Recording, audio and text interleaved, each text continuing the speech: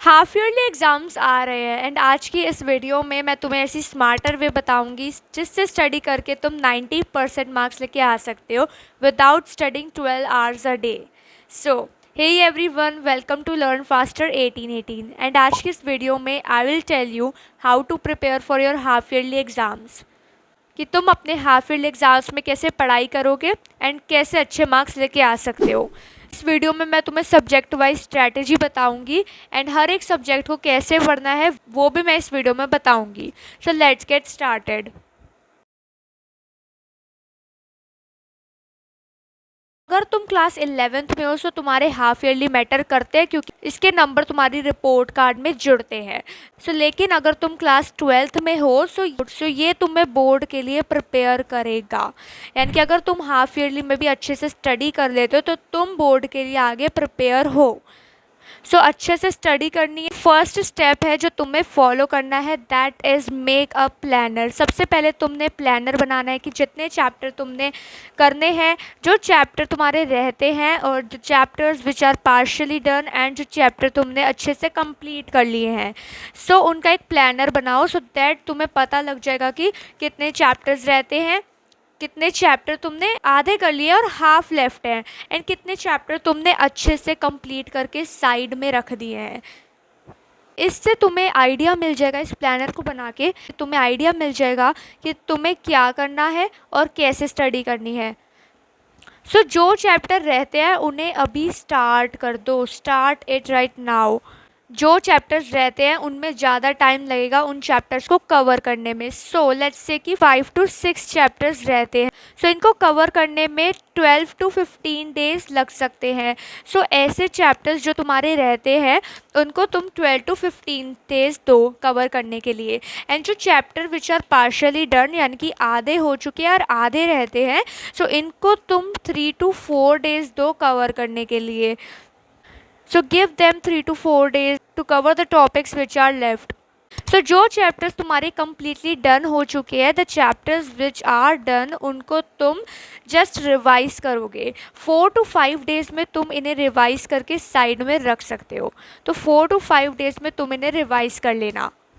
ये तो बात की हमने स्टेप 1 की जो था makeup planner. Now let's come to the step 2। Second step है prioritize high weightage chapter first. तुम्हें हाई वेटेज चैप्टर पहले करने हैं, जिनकी ज़्यादा वेटेज है, जो हाफ ईयरली में जो चैप्टर इम्पॉर्टेंट है तुमने उन्हें पहले करने हैं। The chapters which are important, like accounts की बात करें तो अगर तुम क्लास 11th में हो 11th क्लास में ये 3 चैप्टर, हाफ ईयरली की बात करें तो इसमें ये 3 चैप्टर ज़्यादा इंपॉर्टेंट है, accounting equation, journal entry and cash book. तुम्हें इन चैप्टर्स को पहले करना है। अकाउंट्स में 11th क्लास में हाफ ईयरली में मोस्टली 1st to 11 चैप्टर्स आते हैं। हाई वेटेज चैप्टर को पहले करना है। ये चैप्टर्स हैं। बाकी बचे जो चैप्टर्स हैं लाइक वो थ्योरी वाले चैप्टर्स हैं, तो उनको तो तुम आराम से कर लोगे। क्लास 12th की बात करें तो अगर तुम क्लास 12th में हो क्लास 12th में 3 बुक्स है, book 1, book 2 and book 3। Accounts की 3 बुक्स है क्लास 12th में। फर्स्ट बुक की बात करें तो फर्स्ट बुक है 36 मार्क्स की। बुक 1 से मोस्ट इम्पॉर्टेंट चैप्टर तो फर्स्ट चैप्टर है।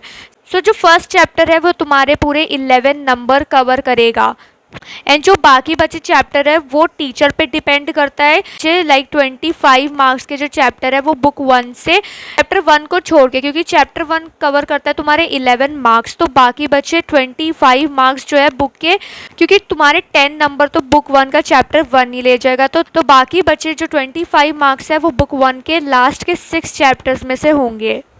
वैसे बुक 1 में 7 चैप्टर्स हैं एंड बुक 2 की बात करें तो बुक 2 जो है वो तुम्हारी 24 मार्क्स की है। बुक 2 24 मार्क्स की है जिसमें तुम्हारे सिर्फ 2 चैप्टर हैं। बुक 2 जो है उसमें 2 चैप्टर्स हैं। बुक 3 की बात करें तो बुक 3 जो है ना जिसमें 5 चैप्टर्स है, बुक 3 20 मार्क्स की है। तुम्हें अच्छे से प्रिपेयर करना है वेटेज के अकॉर्डिंग एंड जो इम्पोर्टेंट चैप्टर्स है उनको तुमने पहले करना है, जिससे तुम्हारे अच्छे नंबर आ सकते हैं। ये सब तो था 80 मार्क्स के पेपर के लिए। बाकी जो बचे 20 मार्क्स यानी कि जो प्रैक्टिकल और में आती हैं 2 चीज़ें, फाइल और वाइवा। क्लास 12th में हो तो प्रैक्टिकल होगा जिसमें 2 चीज़ें आती है, फाइल और वाइवा। तो जो फाइल है वो होगी तुम्हारी 12 मार्क्स की एंड जो वाइवा होगा 8 मार्क्स का। सो टोटल होगा 20 मार्क्स जो कि प्रैक्टिकल होगा। Now let's move to the step number 3, that is subject wise strategy. Subject wise strategy की बात करें तो पहले बात करते हैं बीएसटी। बीएसटी आसान है अगर तुम्हें पता हो कि आंसर कैसे लिखते हैं। सो बीएसटी में हमेशा पॉइंट्स में आंसर लिखते हैं। फॉर एग्जांपल अगर तुमने लिखे एग्ज़ाम में 6 पॉइंट्स, सो 6 पॉइंट टीचर देखेगी, फटाफट चेक कर देगा जो भी टीचर होगा। तुम्हें भी आसान लगता है पॉइंट्स में लिखने में, प्लस जो एग्जामिनर है उसे भी आसान लगता है चेकिंग करने में। सो बीएसटी में तुम्हें कंसेप्ट पर फोकस करना है एंड देन लर्न करना है, क्योंकि समझ के लर्न करोगे ना तो तुम्हें जल्दी याद होगा। एंड बीएसटी में लर्न कैसे करना है, फर्स्ट ऑफ ऑल मैं तुम्हें बता दूं कि बीएसटी में तुमने हेडिंग लर्न करनी है। पहले तुम हेडिंग लर्न करना फर्स्ट एंड देन उस आंसर को एक्सप्लेन कर देना 4 to 5 लाइन्स में, और जितने तुम लाइनें लिखना चाहो उसमें एक्सप्लेन कर देना। So next I would say कि बीएसटी में ना केस स्टडी सॉल्व करना स्टार्ट कर दो, क्योंकि बीएसटी में जनरली केस स्टडी आती हैं। सो बीएसटी में केस स्टडी सॉल्व करना शुरू कर दो। एंड जो बीएसटी है उसमें तुम की टर्म्स जो भी डेफिनेशंस है, एग्जाम्पल है, उनको अच्छे से समझो। एंड बीएसटी में बस रट्टा नहीं मारो, लर्निंग तो है बीएसटी में, लेकिन समझ के लर्न करोगे तो ज़्यादा जल्दी लर्न होगा। और बीएसटी में जब भी आंसर लिखो ना तो ऐसे आंसर लिखना कि जो उसका आंसर का स्ट्रक्चर है उसमें पहले हेडिंग लिखो, फिर उसकी शॉर्ट एक्सप्लेनेशन दो, अगर एग्जांपल देना चाहो तो उसका एग्जांपल भी दो। से एक टिप देती हूँ कि जब भी बीएसटी का आंसर लिखो तो पॉइंट में लिखो, प्लस उसको एक्सप्लेन कर दो 4 to 5 लाइन्स में, एंड प्लस उसका एग्जाम्पल दे दो। फॉर एग्जाम्पल क्लास 12th में बीएसटी का सेकंड चैप्टर है प्रिंसिपल्स ऑफ मैनेजमेंट। सो उस पर यही स्ट्रक्चर फॉलो किया गया, पहले पॉइंट लिखा एंड देन उस पॉइंट को एक्सप्लेन किया, प्लस उसका एक एग्जाम्पल दिया।